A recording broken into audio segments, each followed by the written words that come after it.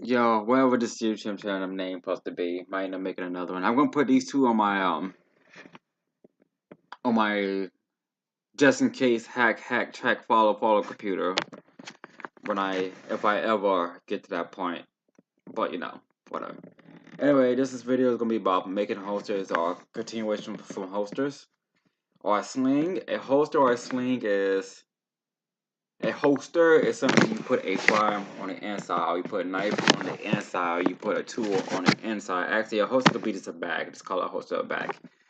A sling is just a type of rope where you wrap around a long firearm and stuff like that. A fanny pack, whatever y'all want to call it. Um, there are many materials with holsters. The one I'm doing this is a Kydex. There are many kinds of Kydex. This is the outside texture.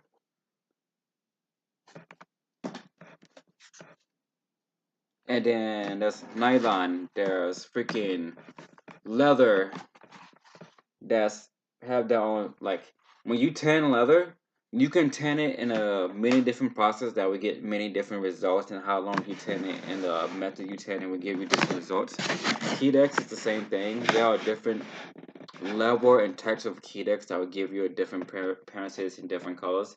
The same thing with nylon, because nylon is fiber reinforced plastic, so fiber plastic polymer reinforced. I don't know, whatever. And there's freaking polyester and all that stuff. Leather, as I stated before, if this get wet and you keep it in range with your firearm, like a handgun, that if you don't clean this leather out and tan it every time you get that super well, every time you clean it, or at least enough time where you waterproof the inside and outside and clean it out, your firearm can get molded and rusted. This can get molded and this can rust your firearm or anything you have in there. If anything, you have paper and it can definitely destroy it. Now, Kydex and nylon do not have that problem, or hardened plastic do not have that problem.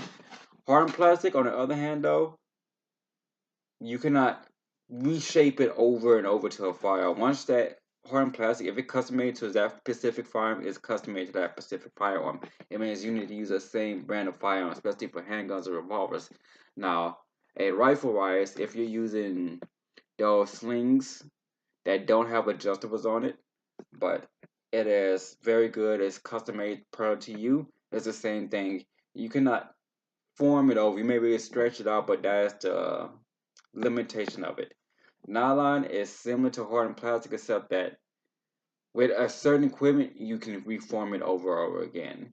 But it doesn't have that. It's better than hardened plastic because it has more durability, more defense. It's the same thing with Kydex.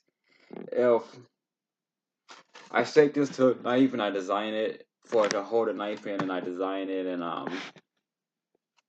get the shape, and I put paint pictures and buttons and belts on it.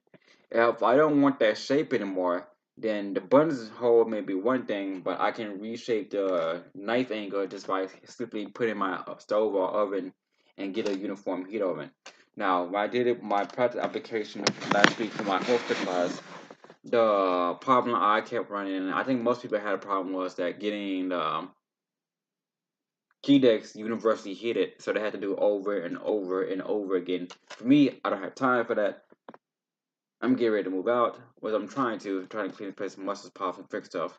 But so I ended up using a torch on it, and I didn't heat it. I hate things so fast where you got that glitter and bluster up, and then I reheated. I finally got the shape I wanted, but I couldn't heat the front. I couldn't heat the front and back side where it got both sides shaped on it.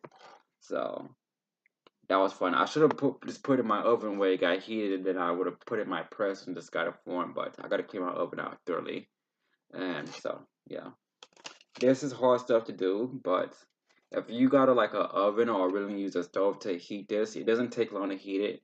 It has to get up. Certain Kydex and nylon had to get up around 800. Hey, I could probably got that piece. The piece I was using to 300 or 400, and that would be more than enough. Like 2 minutes, then I would be able to press it. But I don't have time for that. But as a former holster, you need to know what kind of holster you want, depending on what kind of firearms. In terms of category for holsters and key decks, there's in nylon, there's level 1 retention, which is the ability for the holster to hold the firearm in. And the holster kind of depends on the type of firearm.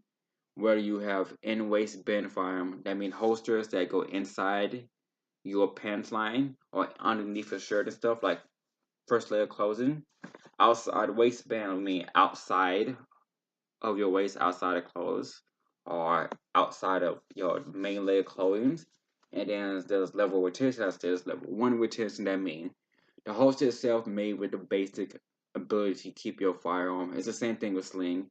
And then there's level 2 retention where it has a extra device that helps that. And then level 3 has a 2 active device. And then level 4 had 3 active devices plus a backup like trigger guard, trigger break, or a sling de-adjust where you can shoot while holding your sling and stuff. It's hard to say.